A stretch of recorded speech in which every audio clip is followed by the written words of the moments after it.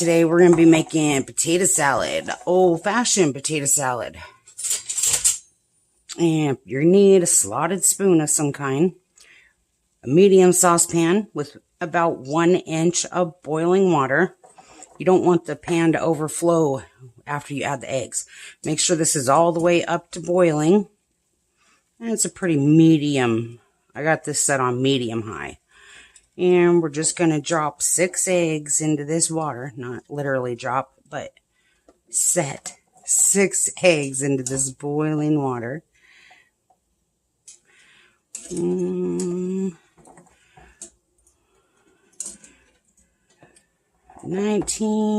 and 20.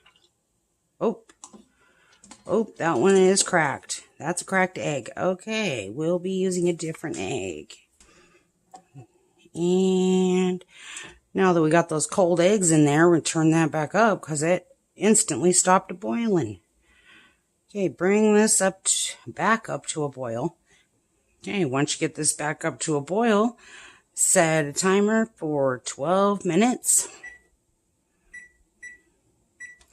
And we'll turn that down to medium high after we come to a full boil. There we go. So you don't want the eggs boiling too hard or they'll start bouncing off the bottom. Try to crack. Okay, now we'll start on our potatoes. Okay, we have cold water, halfway full in a large pot. 6 russet potatoes. A couple of these were rather small, so we threw in an extra one. So we're starting with 7. And we're not going to peel these, but just wash them under cold water. And we're just going to cut it in half. Then cut that in half. Then cut that in half. And cut that in half. Do the same to this other side here. And get that out of the way. And you just want it to be about that big. And they will be a little tall.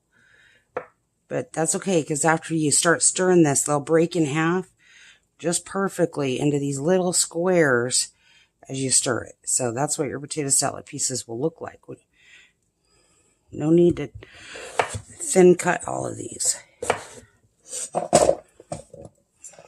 And if you have any bad spots on the outside of your potato, you want to cut those off too, because this is peel on. You want it to look pretty, be edible. So that ended up being about 4 cups of potatoes once it's all cut up, if you want to measure it that way. We're making this the day before because tomorrow is Father's Day. We want this salad to sit in the fridge overnight so it can get nice and cold and all those flavors can blend together. It's much better the next day. 6 eggs and 6 potatoes. Or 6 eggs and 4 cups of diced potatoes. Oop, I dropped one. Okay, and then you're going to want to put these into this cold water. Just like that. You don't want to start these out in boiling water, or the outside will slightly cook before the middle, and your texture of your potato won't be as good. And you want to be able to rinse them off, because see, we washed these pretty good before we started. Oh, I dropped a piece. But look at how much excess starch comes off of those once you give them a double cold bath.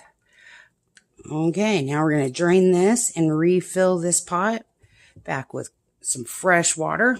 All right, and you just want about a 1/2 inch above the potatoes when you refill it. And if you have some brown spotty ones in there like that, just pick those out before you get started. Oh, there's another brown spotty one. There we go. And make sure all those potatoes look beautiful. Here we go. Okay, so once that timer goes off there, I'm going to use it in the same bowl that I'm going to be using to serve this potato salad in for these eggs. That way we don't have to wash so many dishes. Fill this up with some ice. About 3 cups of ice or 2 cups of ice. And then spoon your eggs right into the top of that. Looks like one of my eggs exploded a little bit. That's what all that foam is right there. Okay, now we're going to fill this with some cold water, just enough to cover the eggs. And then we're just going to let these set aside while we do everything else, because this is going to be what goes in at the very last, because they need to get really, really cold. Then you're going to want to cut an onion while you're waiting for those potatoes to come to a boil. You just want this to be small enough pieces that you don't really have to chew it. Okay, then you're going to need 1 green bell pepper. Wash that, pull the seeds out, of course. Oops. And we're just going to dice that into same size pieces as that onion. Okay, and now that our potatoes have come to a full boil, we're going to set that timer for 10 minutes. Okay. And we'll just leave those on high. And then put your bell peppers into a reserve with your onion. Now we need to dice some pickles.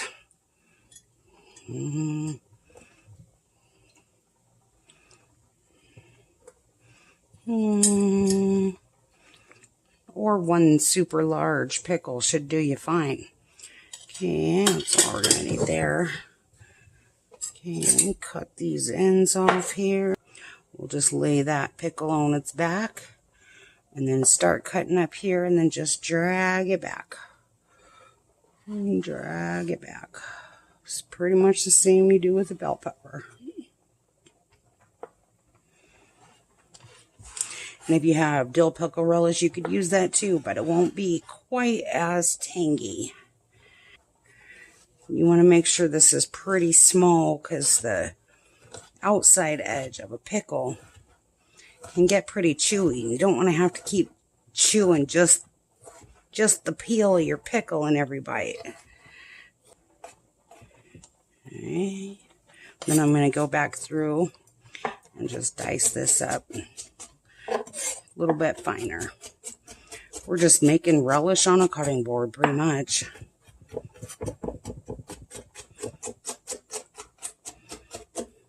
Alright, and then add your pickle right in there with your onion and your bell pepper. Okay, I think we're finally done chopping. Okay, while you're waiting for those, we're going to need 1½ cups of mayo. You can use any kind you want, you just don't want to use Miracle Whip because that has sugar in it. Some people like sweet potato salad, but old-fashioned potato salad does not have sugar. And then you're going to want celery seed. We're going to need 1 teaspoon. Oh, let's put in 1½ That stuff is really, really good. And the flavor from this doesn't really come out until the next day after it's been moistened in the fridge overnight. And then we're going to want 1½ teaspoons of pepper.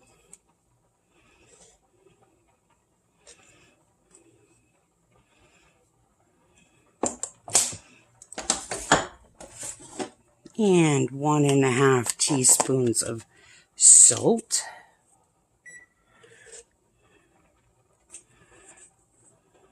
Oh, that was a little short. There we go.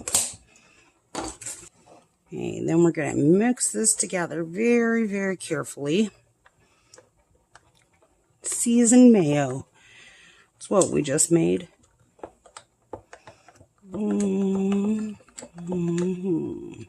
Oh, yum, yum, yum. Okay, set that aside for a second because our potatoes are ready to be drained. Do you want to count down? 8, 7, 6, 5, 4, 3, 2, 1. Okay. Okay, we're going to take these over and strain them into a strainer in the sink, and then we're just going to let them sit there for a few minutes while we prepare the sauce. Bring your empty pan while your potatoes are draining in the strainer back over here. We're going to add this mayo into there. Then we're going to need some yellow mustard. We're going to need a 1/4 cup of this, but we're not going to measure because that's just really messy. Okay. Actually, maybe just a little more. There we go. And then you're going to need some of this really good stuff right here. Pickle juice. I'm just going to want about an 1/8 of a cup. Oh, it smells so good. Maybe just a tiny, tiny splash more. There we go.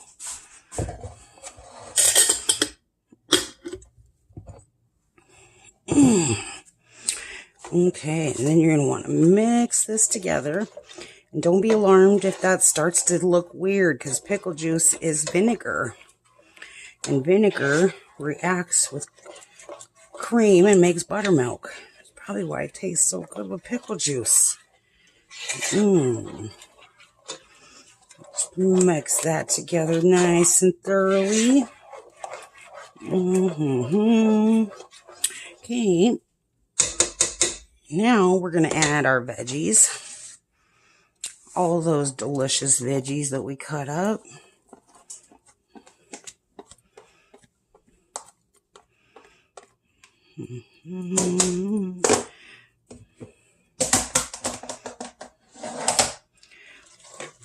Mix those in. And I'm leaving it on the hot stove for a reason, because you want this to be good and warmed when you're mixing it together. All right, now we'll get those potatoes in there. Now you want to carefully fluff these with a fork, or like you do when you fluff with a fork.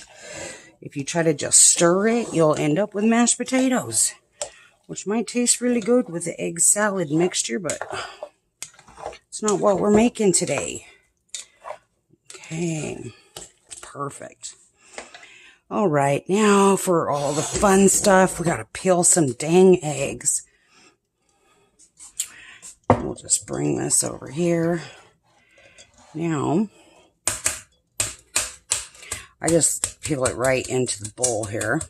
You want to crack it all the way around, and then you want to start at the fat end right here.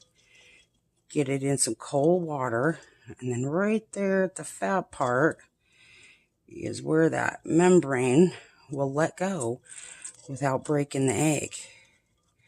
And then just peel it right into that cold water. All right. There we go. And then set that aside. Make sure it doesn't have any pieces of shell on it first. And repeat 5 more times. And we're going to drain this bowl into the sink, and we're just going to hold the eggshell back with our fingers while we drain it. Then we're going to rinse it out, and we're going to use this for serving our potato salad bowl. You can use one of these egg cutters to cut your eggs, or if you don't have one of these, if you have a square rack, like the ones that they give you for cooling baked goods, then you can just push your egg right through that. I've seen it done, but I've never tried it myself. Should we try it? Let's try it. Probably going to do just one of these. And don't give me a hard time. I've had this rack for a long time. It still has a lot of life left in it. So, I've seen people do this before. Never done it. Push it right through the rack. Let's see. Oh my gosh, that is awesome. Okay, that actually worked rather well, but it did change the consistency of the yolk just slightly. Okay, well, that's how we're doing it this time. Okay, push the rest of those eggs through there. Look at that. That's actually easier than using the egg cutter. Not quite as pretty, but we're mixing it up in a salad, so not a big deal. That's pretty cool. See, you learn something new every day. Okay, then work your way around the edges, just like we did when we stirred those potatoes in. Nice and careful. We don't want to mush those potatoes. My, oh my. This hot pan and hot potatoes and hot sauce help get our vegetables just to the perfect tenderness.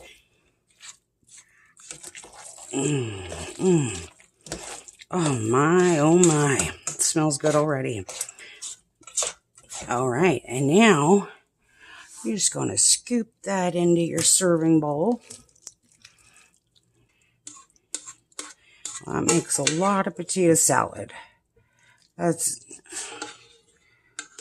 enough to take to a potluck dinner. Let me turn the light on so you guys can see what's going on here. Oh, it won't work. Oh, battery's dead. Oh no. Okay, well, let me get this under the light for you. Look at that. Beautiful salad. You're going to want to store this covered in the refrigerator. And I just like to use a plate to cover it with. Just like that. And then you can squish it down, get the air out of it. Okay, we're going to store this in the refrigerator for at least 1 day. I would say 3 or 4 days is perfectly fine too. And we'll be ready to eat tomorrow. All right, we'll see you guys next time.